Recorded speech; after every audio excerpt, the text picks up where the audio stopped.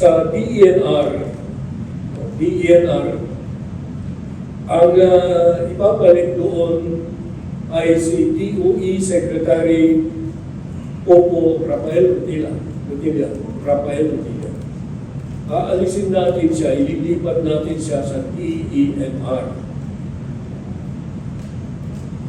Si Secretary Loisaga naman ay magpapahinga muna at maaaring mabibigyan din siya ng isang o ibang responsableng government or cabinet position in the future time.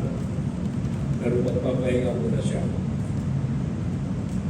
Sa pangalawa, sino kaya yun?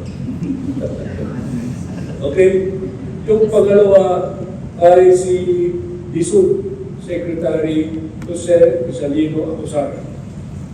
Pero siya ay gagawing Presidential Advisor for Pasig River Development or Improvement. I don't know the proper name for that. With the rank of Secretary. And we have the President has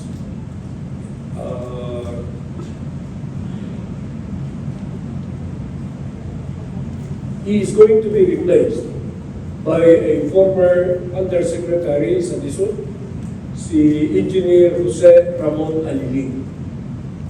Si incoming Secretary Aliling, former Undersecretary ng DSUD, naging in charge sa pambansang pabahay para sa Filipino housing na napag-retire na sa regular service pero naninilbihan ngayon na Undersecretary ng DFA. Ito si former Ambassador Tess Lazaro. Siya po ang maghahawak ng Department of Foreign Affairs effective July 31, 2025. Pagka na-appoint na si Secretary Manalo. Okay.